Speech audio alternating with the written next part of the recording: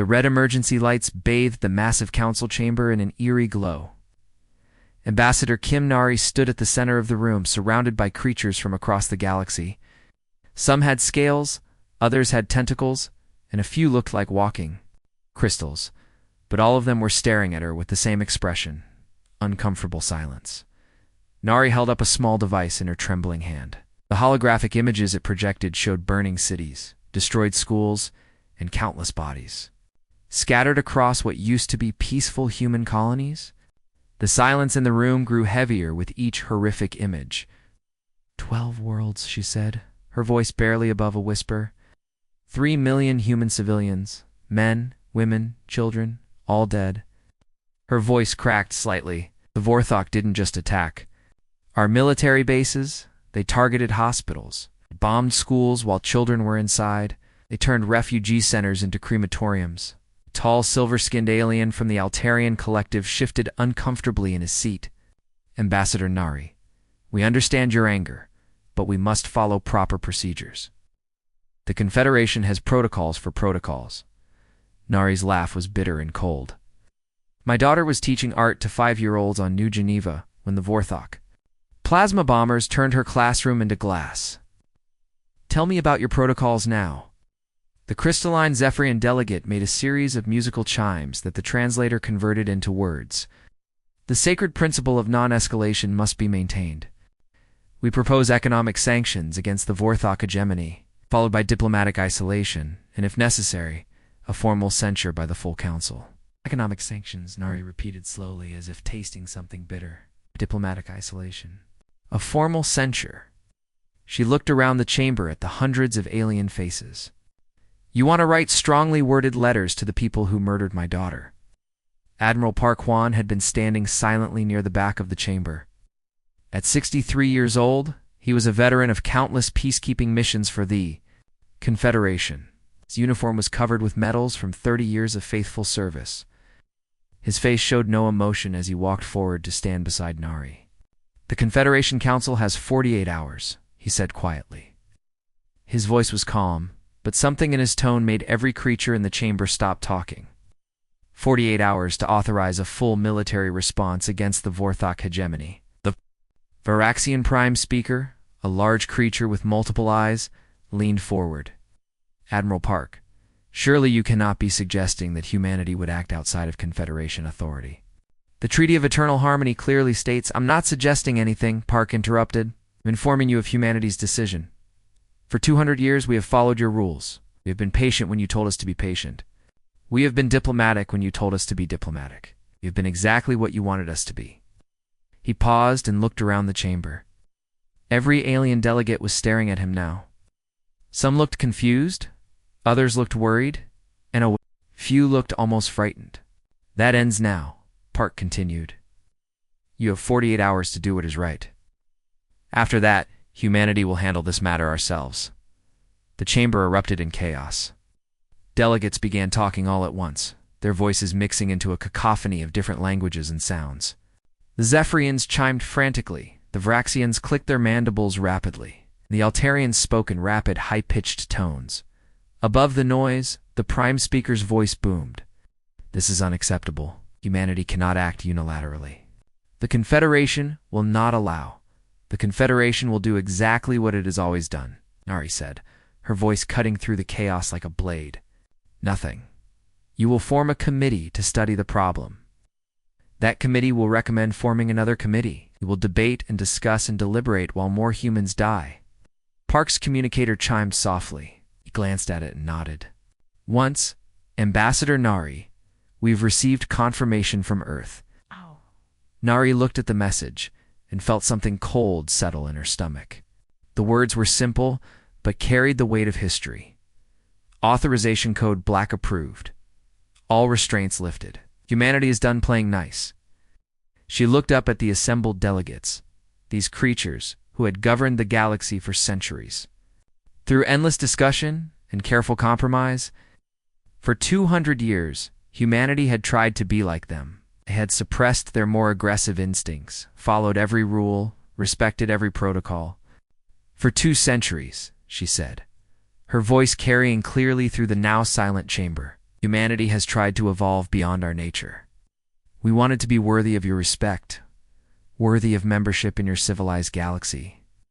We thought that meant becoming peaceful, becoming diplomatic, becoming like you. Act. She deactivated the holographic display and tucked the device into her coat. But we forgot something important. Peace without justice is not peace at all. It's just delayed war. Admiral Park stepped forward. The human fleet is mobilizing. Our forces will reach Vorthok space within the week. I recommend that all Confederation vessels avoid the area. As the two humans walked toward the exit, the chamber behind them remained silent. Every delegate watched them go, sensing that something fundamental had just changed in the galaxy. The long peace was about to end, and humanity was done playing by everyone else's rules. Commander Lee Ji-ho stood on the bridge of the battle cruiser Indomitable, watching through the massive viewport as ships appeared from nowhere. One moment, the space around them was empty except for stars. The next moment, sleek warships materialized, like ghosts becoming solid. These weren't the ships the galaxy knew about.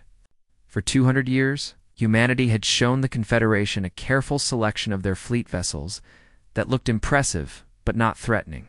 Ships that followed all the rules about weapon limits and shield restrictions. Ships that made humanity look like responsible members of the galactic community. The vessels arriving now were different.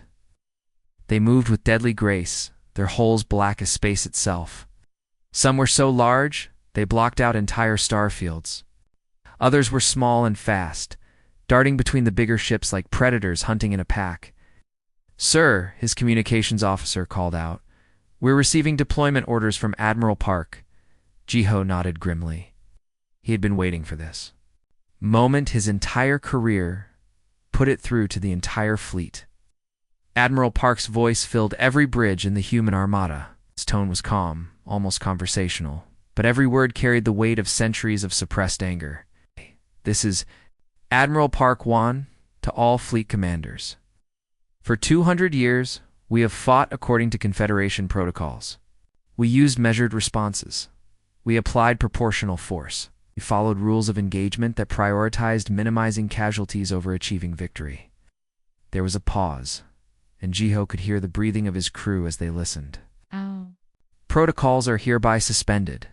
You are authorized to use all available weapons and tactics. Show the galaxy what humanity is capable of when we stop holding back." Captain Yoon Ara stood on the bridge of the destroyer, relentless, watching her tactical display light up with targets. The Vorthok had been preparing for this war for decades. They had studied human tactics, analyzed every battle humanity had, fought under Confederation oversight. They knew exactly how humans would respond with careful, measured attacks that followed all the galactic rules of warfare. They were about to learn how wrong they were. "Ma'am," her weapons officer reported, "we're detecting the Vorthok Crimson Fleet moving to intercept us. Their war leader is broadcasting on all frequencies, demanding single combat between champions." Ara almost smiled. "Tell him we don't do single combat. We do total war." The Vorthok had built their reputation on being the fiercest warriors in the galaxy. Their Crimson Fleet was said to be unstoppable, their war leaders the most skilled tacticians alive. They had conquered 17 different species over the past century, each victory adding to their legend, but they had never faced humanity unleashed. The human fleet moved like a living thing, each ship perfectly coordinated with the others. Vessels that had seemed slow and clumsy in previous Confederation operations suddenly revealed their true capabilities. Stealth systems activated, making entire battleships vanish from enemy sensors. Weapons that had been hidden in cargo holds deployed, unleashing firepower that turned Vorthok dreadnoughts into expanding clouds of debris. "Commander?" Ji-ho watched his tactical display in amazement. The Vorthok formation was dissolving before his eyes. Ships that had dominated battlefields for decades were breaking apart under focused human fire. The enemy's vaunted shields, which had turned aside the weapons of 16 different species, lasted mere seconds against human beam arrays. "Sir," his tactical officer called out, "the Vorthok are trying to retreat. Should we pursue?" "Negative," Ji-ho replied. "Let them run. Let them tell their friends what they saw here." But the Vorthok weren't running fast enough. Human ships appeared ahead of them, behind them, above and below. Retreat became a rout, then a massacre. Within hours, the mighty Crimson Fleet was nothing but wreckage floating in space. War-Leader Kravix, supreme commander of the Vorthok military, stared at his tactical display in disbelief. 90% of his fleet was gone. Ships that had survived 100 battles had been destroyed in minutes. His most experienced captains were dead or floating in life pods, waiting for rescue. How? He whispered to his surviving officers. How did they do this? His intelligence chief, a scarred veteran of countless campaigns, shook his head. Sir, it's like they were holding back before. All those battles we studied, all those tactics we analyzed, they were fighting with one hand behind their back. On the bridge of the Indomitable, Commander Jiho received a priority message from Admiral Park. All enemy vessels in the primary theater have been eliminated. Proceeding to Phase 2. Jiho looked at his crew, seeing the same mixture of pride and shock on their faces. They had just witnessed something that would change the galaxy forever. Humanity had spent 2 centuries convincing everyone that they were civilized, peaceful, evolved beyond their primitive nature in 72 hours. They had reminded the galaxy exactly what they had evolved from. Sir, his communications officer reported, we're receiving surrender signals from the remaining Vorthok forces. They're requesting terms.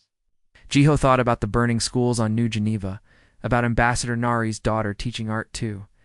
Children who would never grow up. Tell them, we'll discuss terms when their entire military has been eliminated. Every ship, every weapon, every soldier. The awakening was complete. Humanity had remembered what it meant to fight without rules, without mercy, without the gentle constraints of civilization. The galaxy was about to learn what 2 centuries of suppressed human nature looked like when finally unleashed, and they were going to learn it the hard way. The massive doors of the Confederation Council chamber opened with a deep rumble that echoed through the hall. Every delegate turned to watch as Ambassador Kim Nari entered, but she was not alone this time. Admiral Park Wan walked beside her, his dress uniform gleaming with medals from 30 years of faithful service. Behind them marched 12 human marines in full combat armor, their faces hidden behind dark visors, their weapons clearly visible. The chamber fell silent. In 200 years of Confederation history, no species had ever brought armed soldiers into the sacred halls of diplomacy. The Varaxian Prime Speaker rose from his elevated platform, his multiple eyes focusing on the humans. This is highly irregular. Armed forces are not permitted in the council chambers. You will remove these soldiers immediately or face what? Nari's voice cut through his words like a blade. She walked to the center of the chamber while her marine escort took positions around the room. You'll write us a strongly worded letter? Form a committee to study our behavior. The crystalline Zephyrian delegate chimed frantically, the translator. Struggling to keep up, Ambassador Nari, your recent actions against the Vorthok were unauthorized. The Confederation Council demands an immediate ceasefire. You have violated the Treaty of Eternal Harmony. You will be expelled from this alliance unless we... What? Nari interrupted. Unless we return to being your pet soldiers. Unless we accept that human lives are worth less than your political convenience. Unless we go back to asking permission before defending ourselves. She activated a holographic projector, filling the chamber with images of the destroyed human colonies. Burning cities, collapsed schools, mass graves filled with civilian bodies. The alien delegates shifted uncomfortably as the images rotated slowly in the air above them. For 2 centuries, Nari said, her voice growing stronger with each word, we played by your rules. When the Kethra raiders attacked our mining stations, we waited 6 months for your approval before responding. When the Nexus pirates took human slaves, we followed your protocols and filed the proper paperwork. When the Vorthok butchered 3 million civilians, you offered us economic sanctions. She gestured toward the holographic images. My daughter was teaching art to 5-year-old children when the Vorthok turned her classroom into glass. Tell me again about the sacred principles of non-escalation. Admiral Park stepped forward, his hands clasped behind his back. It's weathered. face showed no emotion, but his eyes held a coldness that made even the most warlike delegates look away. The Confederation Intelligence Services have extensive files on human military capability, he said quietly. I imagine many of you have been reading them recently, trying to understand how we defeated the Vorthok Crimson Fleet so completely. Nervous murmurs rippled through the assembled delegates. The defeat of the Vorthok had shocked the galaxy. The Crimson Fleet was supposed to be invincible. Those files are completely wrong, Park continued. For 2 centuries, humanity has been showing you exactly what you wanted to see. Peaceful explorers, careful diplomats, soldiers who followed every rule and regulation you created. He walked slowly around the chamber, his boots echoing on the polished floor. While you formed committees and debated proper procedures, we built shipyards in the darkness between stars. We developed weapons that make your most advanced systems look like children's toys. We studied every potential threat in this galaxy, including some sitting in this very room. The Altarian Collective's representative, a tall being with silver skin, leaned forward nervously. Admiral Park, what exactly are you suggesting? I'm not suggesting anything, Park replied. I'm telling you facts. Humanity is no longer asking for your permission to defend itself. We are no longer bound by your careful rules of engagement. We are no longer interested in your committees and protocols and sacred principles. As if summoned by his words, the chamber's main display activated. The screen showed the space around the Confederation capital world. Admiral Park's fleet hung in orbit like dark predators. Massive battleships that no delegate had ever seen before surrounded the planet, their weapons trained on the surface. Chamber erupted in panicked voices. How had such a large fleet arrived without triggering any early warning systems? How had humanity developed such advanced stealth technology without anyone knowing? We didn't come here to conquer your capital, Park said, his calm voice cutting through the chaos. We came here to make you understand something very simple. For 200 years, you have taken advantage of humanity's desire to fit in. How do you? Made us your enforcers when it was convenient, then tied our hands when we needed to act. He gestured toward the display showing his fleet. This ends now. Any species that targets human civilians will face complete annihilation. Any species that seeks peaceful coexistence will find no better allies in the galaxy. The choice is yours, Ambassador. Nari stepped beside him. You wanted to see humanity evolve beyond our primitive nature? Congratulations. You're about to see exactly what we evolved from. The Zephyrian delegate chimed desperately. This is madness. The Confederation will not allow such threats. We will unite against human aggression. Nari smiled coldly. Welcome to try. But ask yourself this. If we could destroy the Vorthok Crimson Fleet in 72 hours, what do you think we could do to your forces? The chamber fell silent as the implications settled over the delegates like a heavy blanket. For 2 centuries, they had believed they were dealing with a civilized, controlled humanity. Now they realized they had been living next to a sleeping giant, and the giant was awake. The Vorthok home system had been a symbol of military power for over 300 years. Their massive orbital fortresses hung around their planets like deadly jewelry, bristling with weapons that had conquered 17 different species. Monument ships, huge vessels built, not for war, but to display. Vorthok victories drifted through the system, broadcasting the sounds of their enemies. Final screams. Admiral Park's fleet arrived like a dark storm cloud, emerging from jump space. In perfect formation, they didn't immediately attack. Instead, they simply waited, arranged in a pattern that surrounded every Vorthok position. War leader Kravik stood on the bridge of his command fortress, staring at the human ships through the viewport. He had expected them to charge forward in typical alien fashion, all emotion and no strategy. Instead, they hung motionless in space like patient predators. Sir, his communications officer reported, the humans are requesting to speak with you directly. Kravik straightened his ceremonial armor. Put them through. I will show these soft creatures what a true warrior looks like. The main screen flickered to life, showing Admiral Park standing calmly on his bridge. The human looked tired, older than his years, but his eyes held something that made Kravix unexpectedly uncomfortable.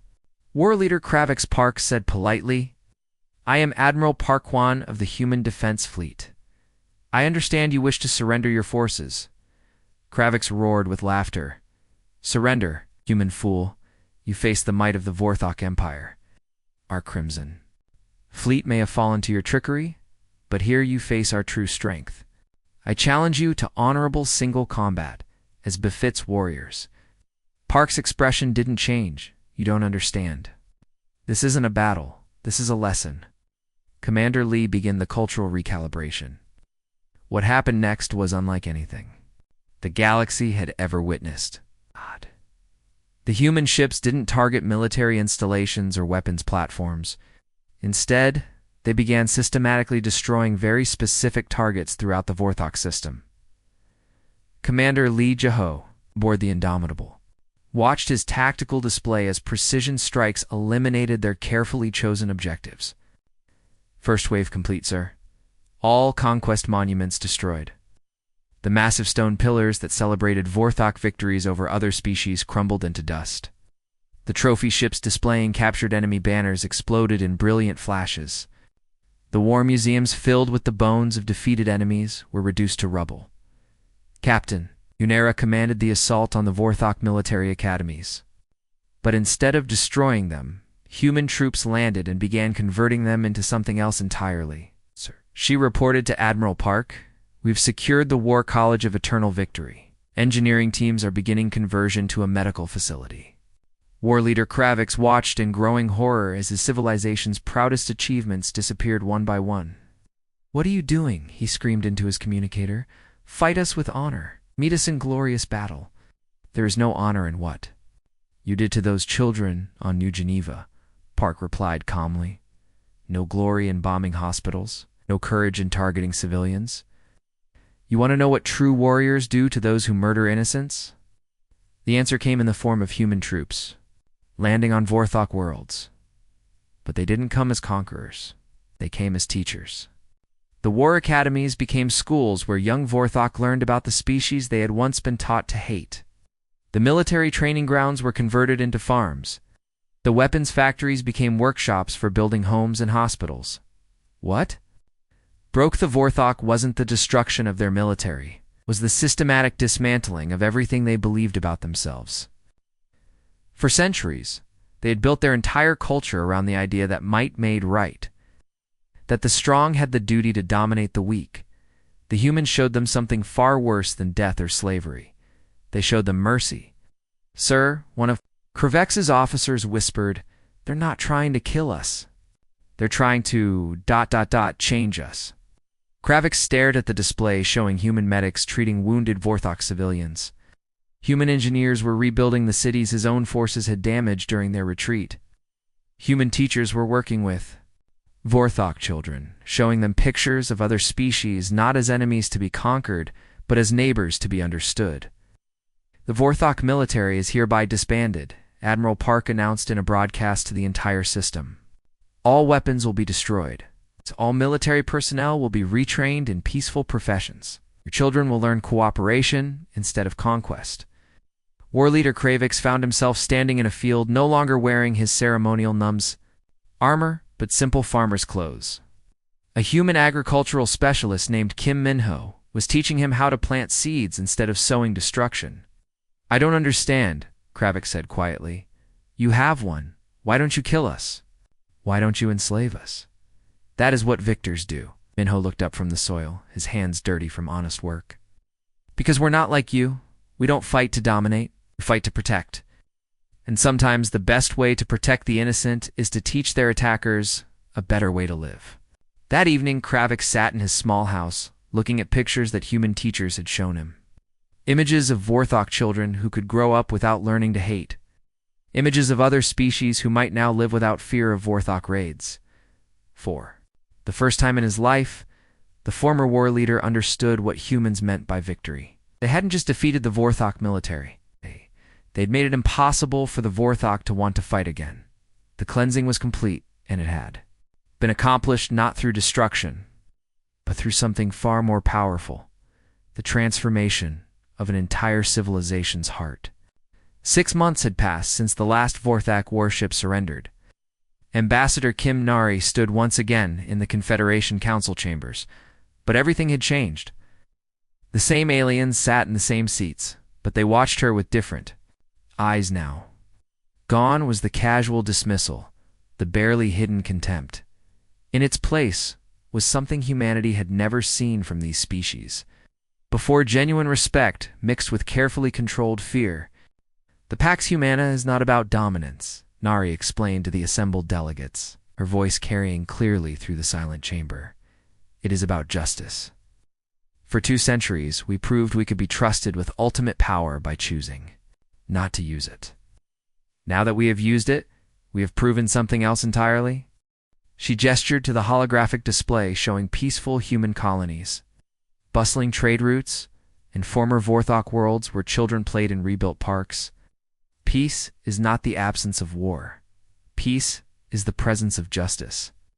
The Altarian Collective's representative raised one silver hand. Ambassador Nari, our government wishes to formally request inclusion in the Human Protection Compact. We believe our species would benefit from your ... guidance. Similar requests had been flooding in from across the galaxy. Species that had never even spoken to humans before were sending diplomatic missions to Earth. The crystalline Zephyrians had requested human protection for their homeworld after raiders had attacked their outer colonies. The Confederation's response had been the usual committees and discussions. The human response had been a battle fleet that eliminated the raiders in 18 hours. Admiral Park, now bearing the title Supreme Commander of Human Forces, had established a doctrine that was spreading through the galaxy like wildfire. Any species that targeted human civilians would face complete annihilation. Any species that sought peaceful coexistence would find no better allies among the stars. Captain Yunara stood on the observation deck of the rebuilt New Geneva colony, watching children play in the memorial gardens below. These were the same fields where schools had burned 6 months ago. Now they bloomed with flowers from dozens of different worlds. Planted by volunteers from species across the galaxy, the memorial itself was simple. Black stone wall with names carved in dozens of languages. At the bottom, 3 words in human script: never again, never forgotten, never forgiven. Her communicator chimed with a message from the orbital defense platform. Captain, we have delegations from 3 new species requesting admission to the Protection Compact. Kelhari Federation, the Mosswalker Collective, and something called the Singing Stones of Arcturus. Era smiled as she watched a group of young Vorthok children playing alongside human kids.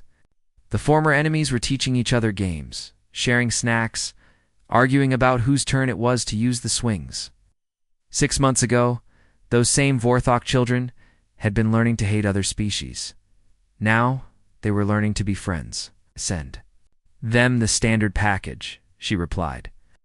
Full disclosure of our capabilities, clear explanation of our protection policies, and the basic requirements for membership. The requirements were simple. No attacks on civilian populations. No slavery. No genocide. Species that could follow those rules found themselves under the protection of the most powerful military force the galaxy had ever seen. Species that couldn't follow those rules simply disappeared. The Confederation Council still existed, still held their endless meetings and formed their countless committees, but nobody questioned that humanity had become the galaxy's true authority. When disputes arose between member species, they didn't go to the Confederation for mediation. They went to human arbitrators who actually solved problems instead of discussing them for years. Former war leader Kravix walked through the gardens of what had once been his military academy.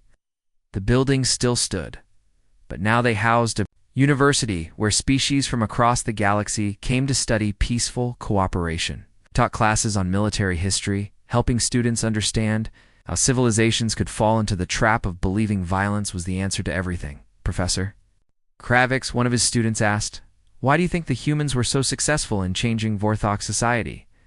Kravix thought about the question carefully, because they understood something we did not. True strength is not the ability to destroy your enemies. True strength is the ability to turn your enemies into friends.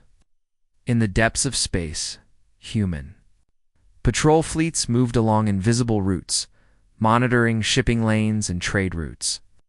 Pirates had largely disappeared, not because they had been captured, but because piracy had become unprofitable. When the penalty for attacking civilian ships was the complete annihilation of your entire organization, most criminals found other careers. Ambassador Nari concluded her speech to the Confederation Council with words that would be quoted across the galaxy for generations to come. You didn't want to be your warriors. You wanted to be your friends, your partners, your equals in building a better galaxy. But when you failed to protect the innocent, when you chose process over justice, when you forgot that freedom requires strength to defend it, we remembered what we were before we became what you needed us to be. The chamber remained silent as she gathered her notes. The long peace ended because you forgot that peace without justice is just delayed war. What we have built in its place is something better, a galaxy where the innocent are protected not by treaties and committees, but by the certain knowledge that humanity is watching. As the human delegation left the chamber, the alien delegates sat in thoughtful silence. The galaxy had learned that humanity's greatest strength was not their weapons or their ships. It was their ability to remember what they were fighting for. Even in the darkest moments, the long peace was over. But something far better had taken its place. A new order built on justice, protected by strength, and guided by the simple principle that the innocent deserved to live without fear, and humanity would make sure they could.